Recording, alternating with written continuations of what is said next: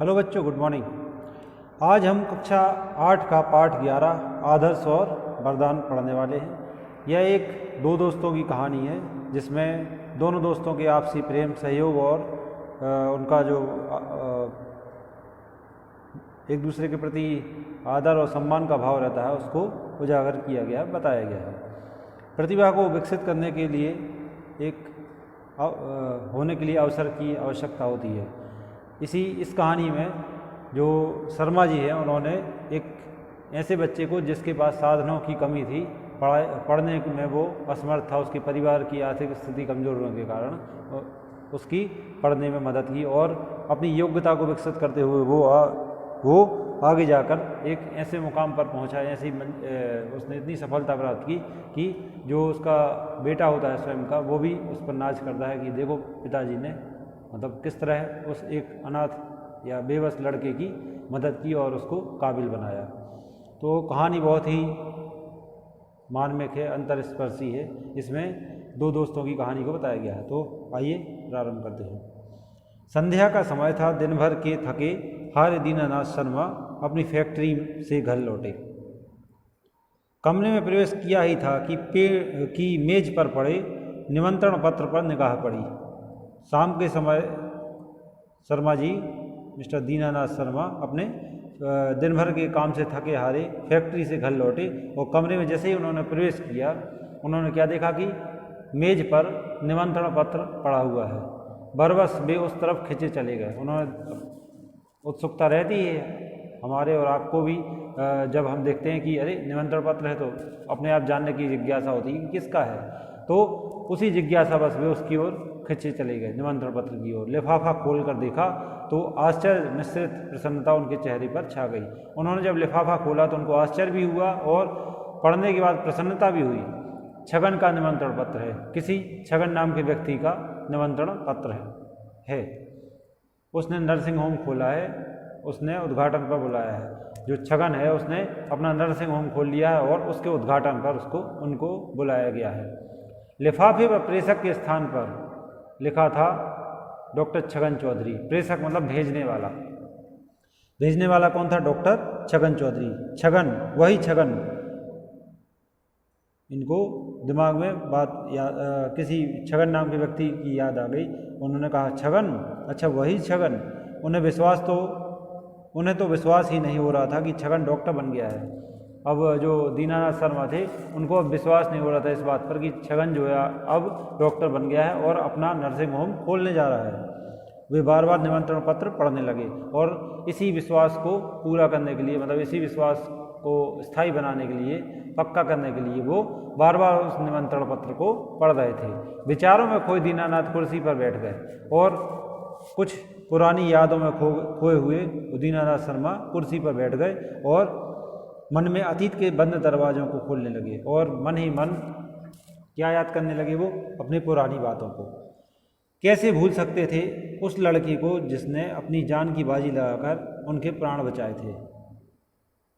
ये दीनानाथ शर्मा जब पुरानी बातों को अपने याद कर रहे थे तो उस चीज़ को कैसे भूल सकते थे जब एक लड़के ने उनके प्राण बचाए थे। ये वही दीनानाथ शर्मा है जो पुराने समय किसी छगन नाम के बच्चे के द्वारा अपने आप को, अपनी जान को बचाने का एहसान याद कर रहे थे। उन्हें याद आया कि वर्षा की पहली फुहारें धरती पर पड़ते ही वातावरण मिट्टी की सौंधी सौंधी महक से भर गया था। अब जबकि दीनानाथ बैठे हुए थे अपने घर पर आराम कुर्सी पर, तो उन्होंने याद किया पुरानी अपनी भूली बिसरी यादों को। तो उन्हें याद आया कि वर्षा की जो पहली फुहार थी, मतलब पहली बारिश हुई थी और धरती पर जैसे ही वर्षा की बूंदें पड़ी तो मिट्टी में, आपने देखा होगा जब पानी गिरता है तो एक अच्छी सौंधी सौंधी महक उत्पन्न होती है। उसी महक को ये आज तक नहीं भूले थे और अपनी स्मृतियों में इन्होंने आज तक याद रखा था उस विशेष दिन को। बादल छाए हुए थे, वर्षा रुक गई थी, किंतु मटमैला पानी अभी भी गलियों में बह रहा था। बादल छाए हुए थे, वर्षा रुक गई थी, मतलब बादल तो छाए थे लेकिन अब पानी गिरना जो है वो बंद हो गया था। लेकिन जो पानी गिर चुका था उसकी वजह से पानी जो बह रहा था वो कैसा था? मटमैला और गलियों में बह रहा समझ में आ रहा था। बच्चे पानी से खेल रहे थे, गीली मिट्टी से घरौंदे थाप रहे थे। कुछ बच्चे थे जो पानी में खेल रहे थे और कुछ बच्चे थे जो गीली मिट्टी होने के कारण, रेत के कारण अपने घरौंदे थाप रहे थे। घरौंदे मतलब अपने खेल खिलौने के लिए घर बना रहे थे, खेलने के लिए घर बना रहे थे। दीनू और रानी ने पिताजी से घूमने जाने की जिद की।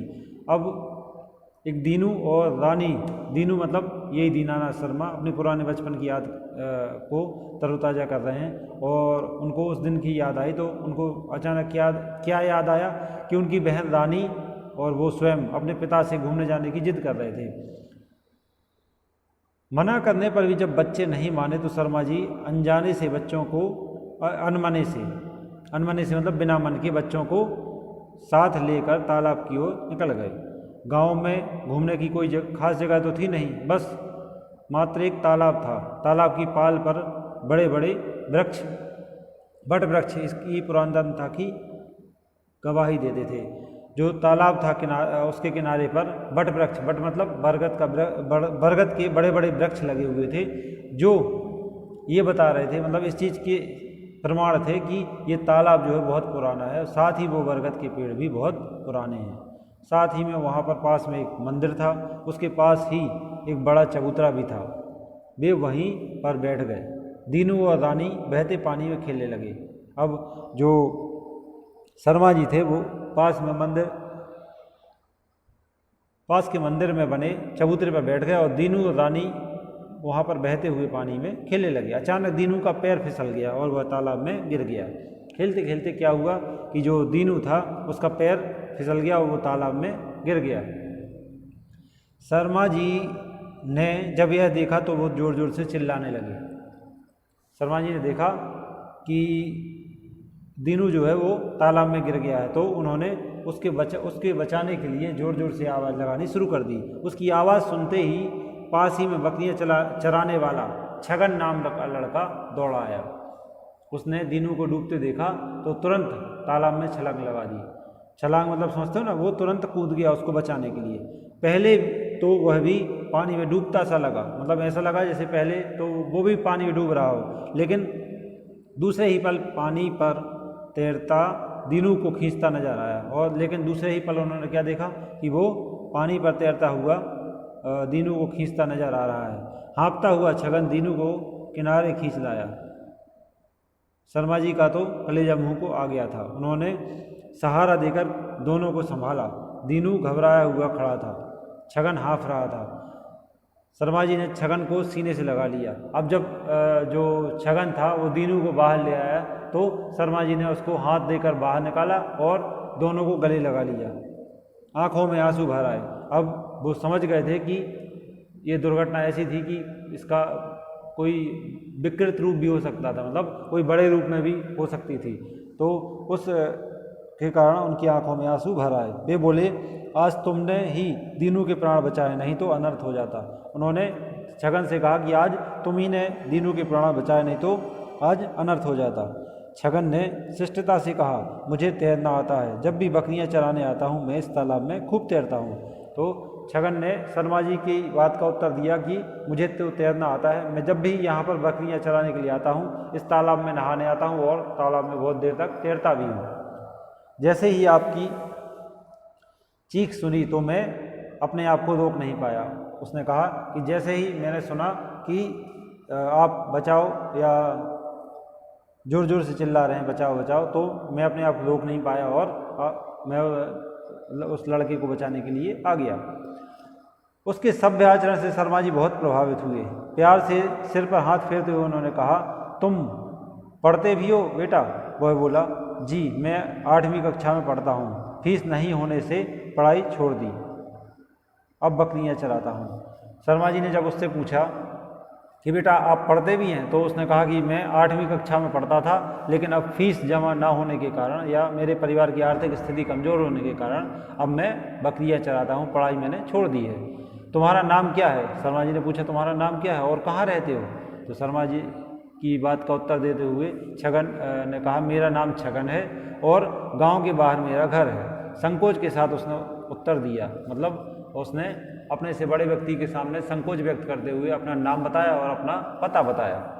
अच्छा बेटा, तुम्हारा एहसान कभी नहीं भूलूंगा, भगवान तुम्हारी मदद करे। कहते हुए शर्मा जी ने दीनू को संभाला।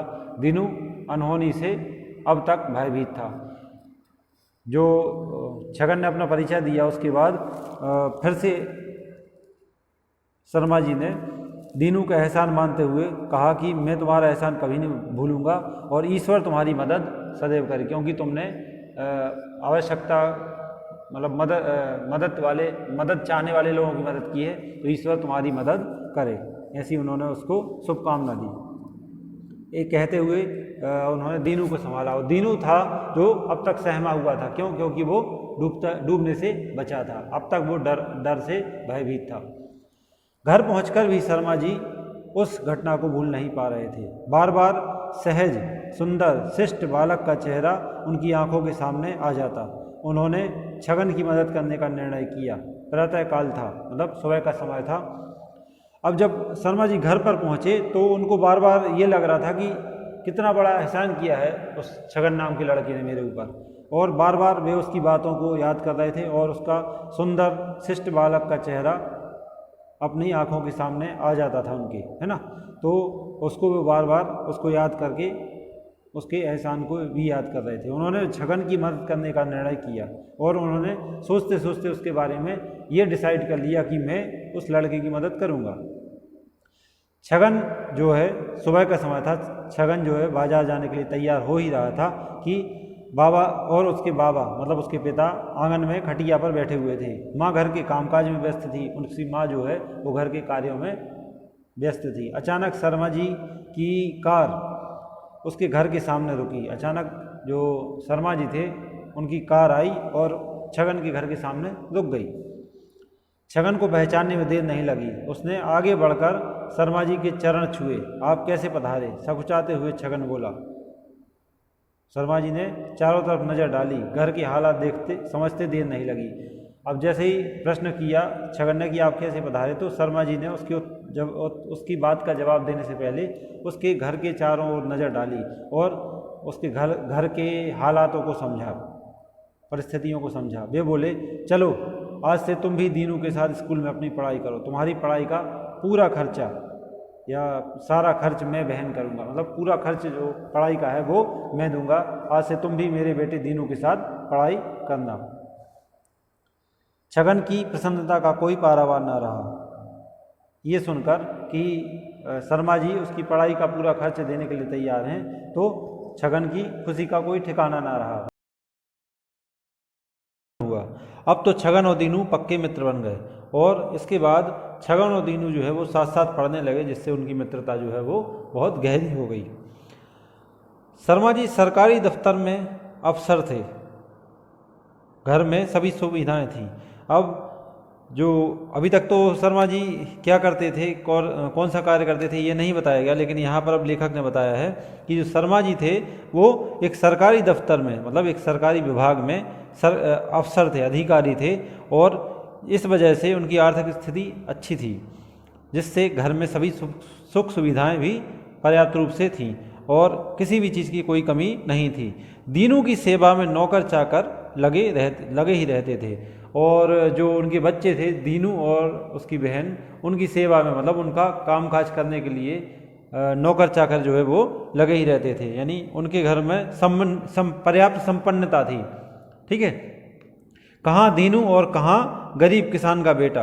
अब यहाँ पर यह बात देखने लायक है कि कहाँ दीनू जो कि एक बहुत ही संपन्न परिवार से संबंध रखता था और कहाँ एक गरीब किसान का बेटा छगन, और कहाँ एक बहुत ही गरीब किसान का बेटा छगन जो अपनी मिनिमम विद्यालय की फीस तक जमा करने में असमर्थ था।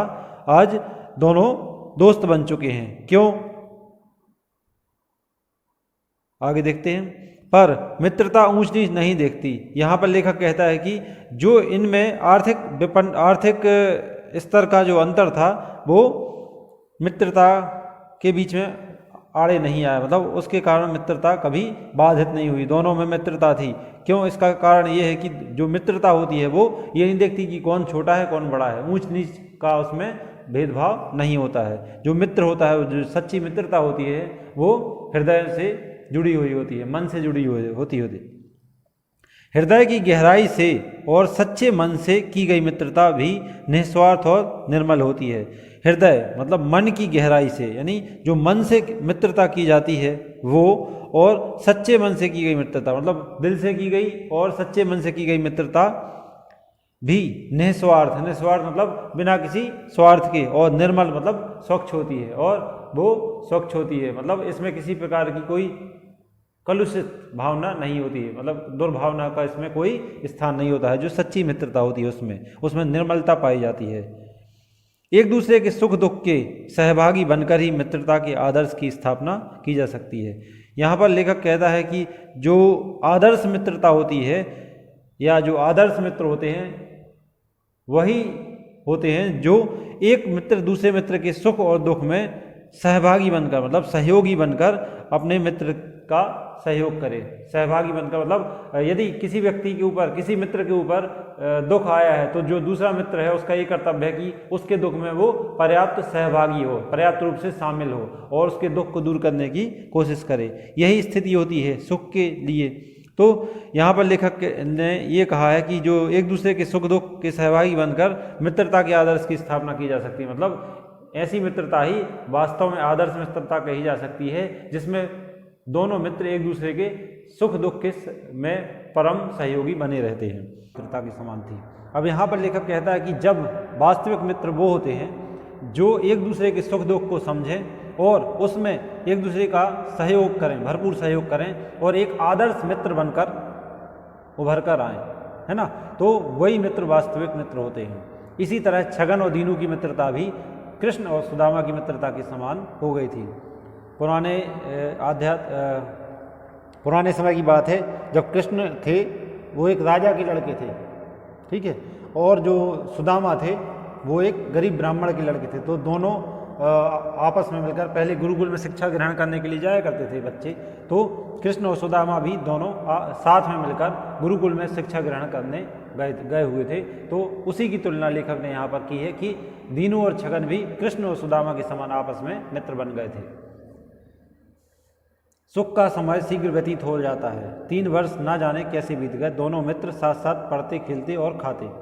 जो सुख का समय होता है वास्तव में बहुत जल्दी बीत जाता है क्योंकि उसकी हम शीघ्र निकलने की कामना नहीं करते हैं और सुख में हमारा मन जो है प्रसन्न रहता है। इसलिए ये लेखक ने कहा है कि सुख का समय जो है बहुत जल्दी बीत जाता है। ऐसे ही दीनू और छगन का समय भी 3 साल का समय ना जाने कब बीत गया। दोनों मित्र आपस में साथ साथ पढ़ते और खेलते और खाते।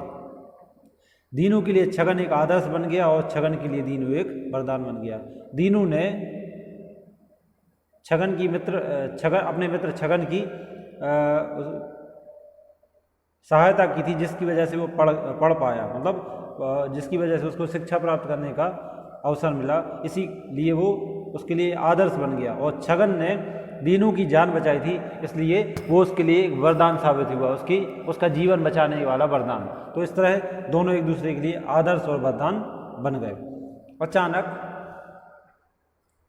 अचानक एक दिन यह समाचार सुनकर छगन उदास हो गया कि शर्मा जी का स्थानांतरण अन्य शहर में हो गया है। अचानक एक दिन क्या सुना इन्होंने समाचार कि शर्मा जी हैं जो उनका ट्रांसफ़र किसी दूसरे शहर में हो गया है। यह सुनकर दोनों मित्र उदास हो गए। दीनू भी उदास हो गया। आखिर मित्रों के बिछड़ने की घड़ी आ ही गई। कितना रोए थे दोनों। जब उनको पता चला कि दोनों बिछड़ने वाले हैं तो वो दोनों बहुत रोए। क्यों? क्योंकि वो बहुत घनिष्ठ मित्र बन चुके थे अब तक। ये सारी बातें शर्मा जी, दीनानाथ शर्मा है जो अपने घर पर बैठे हुए सोच रहे हैं। अब अतीत के बारे में सोचते सोचते दीनानाथ की आंखों के कोर कब गीले हो गए उन्हें पता ही नहीं चला। अपनी पुरानी भूली बिसरी यादों को याद करते हुए उनकी आंखें कब भर आई उनको पता ही नहीं चला। जब लुढ़क कर आंसू गालों पर आए तो दीनानाथ चौंक गए और उस पुरानी याद के कारण जब उनकी आंखें भर आईं और आंसू जो है वो बहते हुए गालों पर आए तो दीनानाथ की जो निद्रा थी, निद्रा ही कह सकते हैं उसको, ख्यालों की निद्रा थी, वो उससे जाग गए। जेब से रूमाल निकाला, चश्मा उतार कर पूछा, इतने में रामू चाय ले आया। दीनानाथ अपने चेहरे पर उभरते अतीत के चित्र को रोकने का प्रयास करने लगे। इस तरह वो अपने चेहरे पर पुरानी यादों का जो पुरानी उभरती यादों का जो अतीत के ख्याल थे उनको वो रोकने का प्रयास करने लगे, मतलब पुरानी यादों से वापस आने का प्रयास करने लगे। चाय का प्याला उठाकर चुस्कियां लेने लगे, लेकिन मस्तिष्क में फिर मधुर स्मृतियां कौंध गईं। जो चाय पीते हुए उन्होंने फिर से अपनी पुरानी मीठी यादों में खो जाना बेहतर समझा, मतलब वो उनको बरबस ही वो उनका जो दिमाग है या मस्तिष्क है पुरानी यादों की तरफ चला गया। कितने खुश थे पिताजी जब अखबार में छगन का परीक्षा परिणाम देखा। अब उनको याद आया कि उनके पिताजी बहुत खुश थे जब देखा था उन्होंने कि छगन का परीक्षा परिणाम बहुत ही उज्जवल, बहुत ही सुंदर आया है। वह बोर्ड की परीक्षा में योग्यता सूची में शीर्ष स्थान पर आया था। शीर्ष स्थान मतलब टॉप पर उसका नाम था। उनके मुंह से यही वाक्य निकला था जब उन्होंने देखा कि जो छगन है वो अपने परीक्षा में टॉप पर आया है, तो आशीर्वाद के रूप में उनके मुंह से यही वाक्य निकला था कि अब छगन के सपने अवश्य पूरे होंगे, उसे छात्रवृत्ति मिलेगी। मतलब उन्होंने ये बोला कि अभी तक तो मैं इसकी मदद कर रहा था, लेकिन अब ये अच्छे नंबरों से पास हो चुका है और अब छात्रवृत्ति मतलब स्कॉलरशिप लेने का अधिकारी हो गया है ना, और उस स्कॉलरशिप से ये अपनी पढ़ाई जरूर पूरी कर सकेगा। और ऐसा कहते हुए वो बहुत खुश थे। शायद पिताजी का आशीर्वाद ही है कि छगन डॉक्टर बन गया। अब फिर से दीनानाथ शर्मा सोचने लगे, जो दीनू था पहले बचपन में, वही आज दीनानाथ शर्मा हैं। ठीक है, तो वो अपने बचपन की बातों को सोचते हुए फिर से मन में विचार करने लगे कि शायद ये पिताजी का ही आशीर्वाद है कि छगन आज डॉक्टर बन पाया है। आज छगन इतना समर्थ बन गया है कि उसने रतनगढ़ में नर्सिंग होम खोल लिया है, और जो छगन है आज अपने पढ़ाई और परिश्रम के बल पर इतना समर्थ बन गया है, काबिल बन गया है कि आज उसने अपना स्वयं का नर्सिंग होम खोल लिया है। कितना लंबा समय गुजर गया है छगन से बिछड़े हुए। आज अचानक उभरी तस्वीर बार बार मन को उद्वेलित कर रही है, और जो आज अचानक मुझे उनकी याद आई है वो मेरे दिमाग को उद्वेलित मतलब मेरे मन को व्याकुल कर रही है। दीनानाथ को विचारों में खोया देख उनकी पत्नी मधुमती बोली, क्या बात है, आज आप किस सोच में पड़े हैं। उनकी पत्नी, जैसे ही दीनानाथ अपने घर पर बैठे हुए थे और पुरानी यादों में खोए हुए थे, तो वहाँ पर उनकी पत्नी पहुँची, तो मधुमती जिसका नाम था, तो वो पहुँची और उन्होंने कहा कि आप आज क्या बात है, किस विचारों में खोए हुए हैं। तो उनकी बात का उत्तर दिया, नहीं ऐसी कोई बात नहीं है, कल हमें रतनगढ़ जाना है, मेरे मित्र छगन के क्लिनिक का उद्घाटन है। मुस्कुराकर दीनानाथ बोले, देखो यह निमंत्रण पत्र। छगन जो दीनानाथ शर्मा थे उन्होंने अपने मित्र की पूरी बात अपनी पत्नी को बताई और कहा कि कल हमें नर्सिंग होम के उद्घाटन के लिए रतनगढ़ जाना है, और निमंत्रण पत्र दिखा दिया। मधुमती ने लिफाफे से निमंत्रण पत्र निकाला, साथ में कागज की चिट लगी थी। मतलब जब उसकी पत्नी मधुमती ने निमंत्रण पत्र निकाला तो उसको साथ में लगी हुई एक कागज की चिट भी मिली। उस पर लिखा था, बाबूजी को जरूर लाना, उद्घाटन उनके हाथों से होगा। और उसमें छगन ने दीनू से अनुरोध किया था कि बाबूजी को जरूर लाना, उन्हीं के हाथों से मेरे नर्सिंग होम का उद्घाटन होगा। मधुमती ने पढ़कर चिट दीनानाथ को दी। उसे पढ़ते ही दीनानाथ सुबक पड़े, काश आज पिताजी जिंदा होते। और जब दीनानाथ ने उस चिट को पढ़ा तो वो रो पड़े और कहने लगे कि काश आज पिताजी जीवित होते। मतलब जो शर्मा जी थे वो अब इस संसार में नहीं थे। दीनानाथ की कार सरपट दौड़े जा रही थी। अब दीनानाथ और उनकी पत्नी दोनों रतनगढ़ के लिए निकल पड़े कार से। तो उनकी कार जो है वो सरपट मतलब तेजी से दौड़े जा रही थी। मन भी तीव्र गति से मिलने की आतुरता में उड़ा जा रहा था, और उनका जो मन था वो भी कार की गति से और ज़्यादा तीव्र गति से व्याकुल होकर उड़ा जा रहा था, ऐसा लग रहा था। नियत समय पर वे रतनगढ़ पहुँचे। जो निश्चित समय था उस पर वो रतनगढ़ पहुँच गए। नर्सिंग होम के पास पंडाल लगा था। अतिथियों का आगमन प्रारंभ हो चुका था। चारों तरफ हंसी खुशी का वातावरण दिखाई दे रहा था, दृष्टिगोचर हो रहा था, मतलब दिखाई दे रहा था। दीनानाथ की निगाहें छगन को ढूंढने में लगी थी। अब जब दीनानाथ रतनगढ़ पहुँचे तो उनकी निगाहें केवल अपने मित्र को खोजने में लगी हुई थी। छगन तो कब से प्रतीक्षा कर रहा था दीनानाथ की। कार से उतरते ही दीनानाथ को देखकर वह स्वागत के लिए आगे बढ़ा।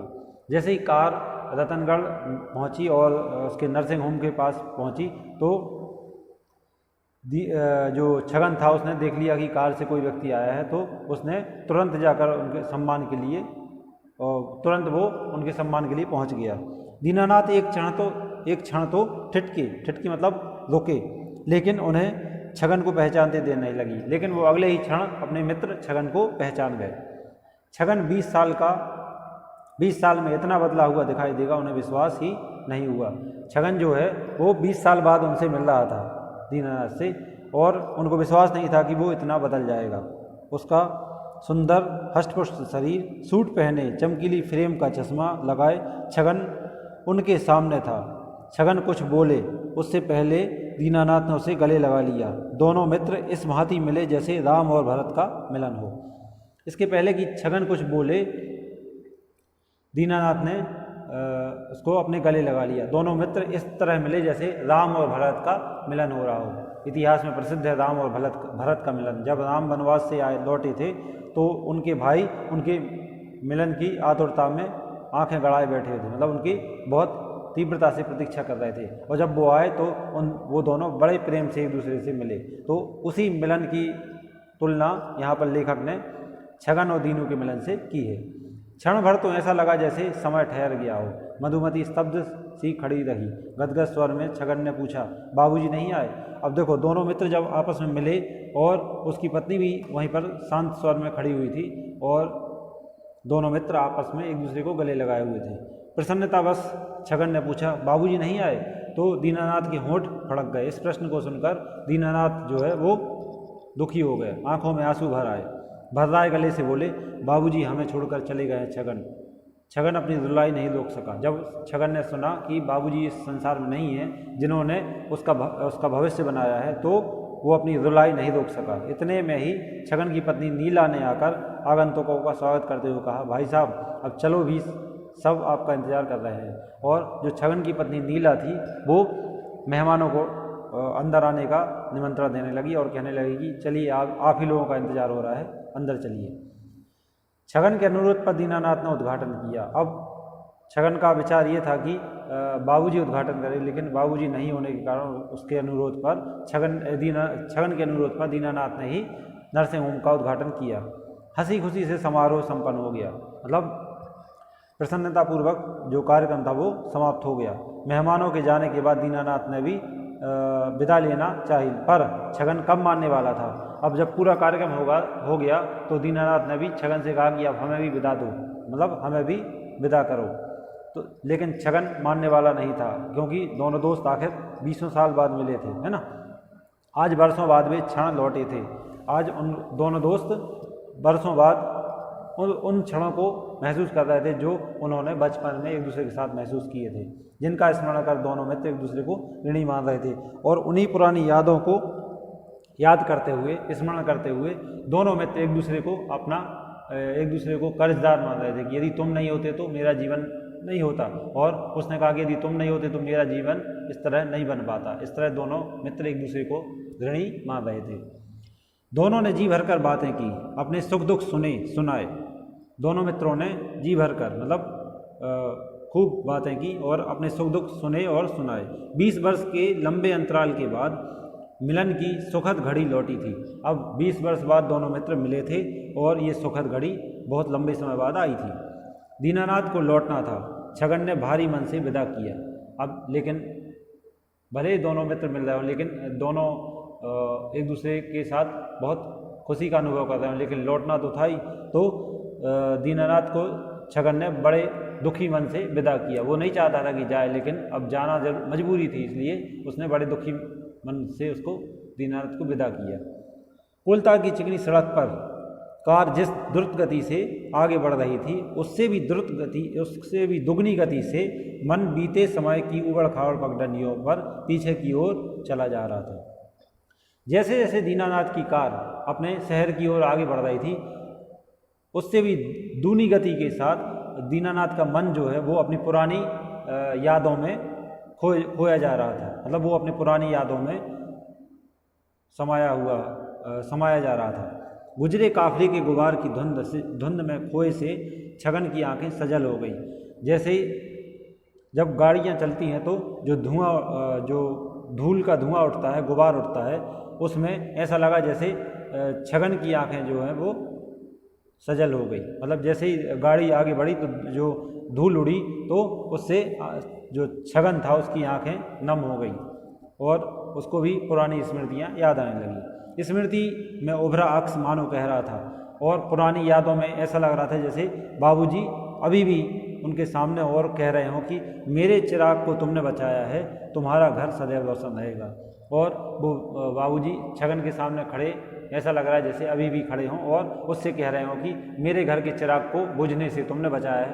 छगन ने बचाया था ना दीनू को, तो जो बाबूजी ने उसके एहसान मानते हुए जो शब्द कहे थे वो भी आज उसके कानों में गूंज रहे थे। और उसने कहा तुम्हारा घर सदैव रोशन रहेगा और तुमने मेरे घर के चिराग को बुझने से बचाया है, तुम्हारा घर सदैव रोशन रहेगा, प्रकाशमान रहेगा। तो इस तरह ये बहुत ही अनूठी दोस्ती थी दोनों की, छगन और दीनू की। और उनके बाबूजी द्वारा, छगन पर बाबूजी द्वारा किया गया एहसान भी बहुत तारीफ़ के काबिल है। इस तरह ही हमारा पाठ पूरा होता है। ये इसके शब्दार्थ हैं, आप देख रहे हो स्क्रीन पर। वस्तुनिष्ठ प्रश्न, सही जोड़ी, सही रिक्त स्थान, ये सब आप लोगों को कर लेने हैं। बहुत ही जल्द आपको प्रश्नोत्तर का PDF भेज दिया जाएगा और आप लोग अपना वर्क समय से पूरा करते जाएं और पढ़ाई लिखाई जारी रखें और अपना ध्यान रखें।